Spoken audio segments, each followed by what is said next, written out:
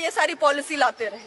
उसी तरह मोदी जी भी अपना कैंपेन करते रहे और उसी दौर में 5 हवाई अड्डों को बेच दिया और ये हमारा एजुकेशन बेच रहा है। ऐसे दौर में जब इलेक्शन हो रहा है तो इन लोगों को एक्सपोज करने की जरूरत है।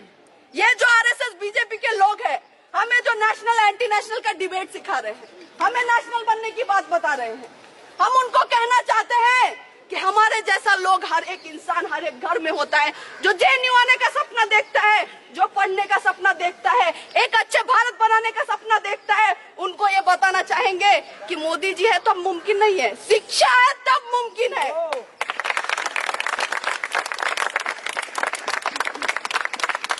शिक्षा है तब समानता है, शिक्षा है तब सम्मान है, शिक्षा है तब विकास है।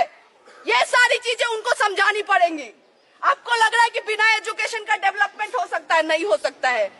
आपको लगता है कि नौकरी पकौड़े तलना, आपके लिए साइबर सेल में काम करना ये नौकरी है, तो हम नहीं मानते इसको नौकरी। नौकरी वही होती है जो ऐसा प्रोडक्शन हमें कराए ताकि इस देश को आगे लेके जाए, ना कि हिंदू मुसलमान में लड़ाए।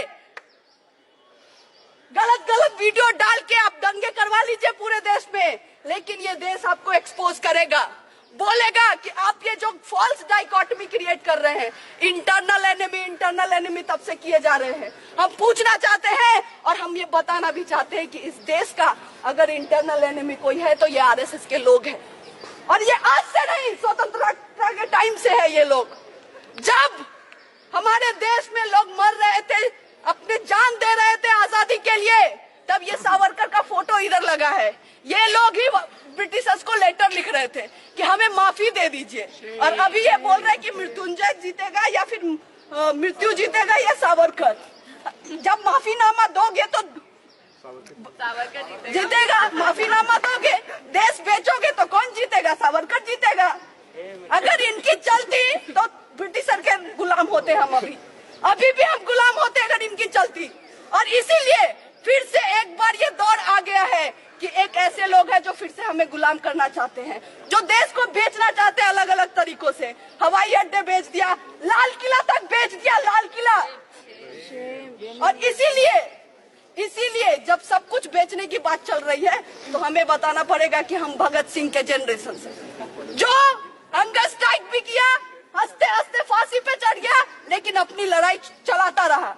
ये बोलता रहा कि अगर इंडिया होगा तो एक ऐसा इंडिया होगा जिसमें सबको समानता होगी, सब शिक्षा ले सकता है, सब हेल्थ ले सकता है, और इस तरह के भारत की सपना हम देखते हैं। और इसीलिए आज हम जनरेशन पे एक बहुत बड़ा हमारे ऊपर एक जिम्मेदारी है कि हम सब मिलके इस मुद्दे को आगे लेके जाए और इनको बोले कि आप चाहते हैं एंटी नेशनल नेशनल का डिबेट करना, हम इन सारी चीजों पे डिबेट करना चाहते हैं।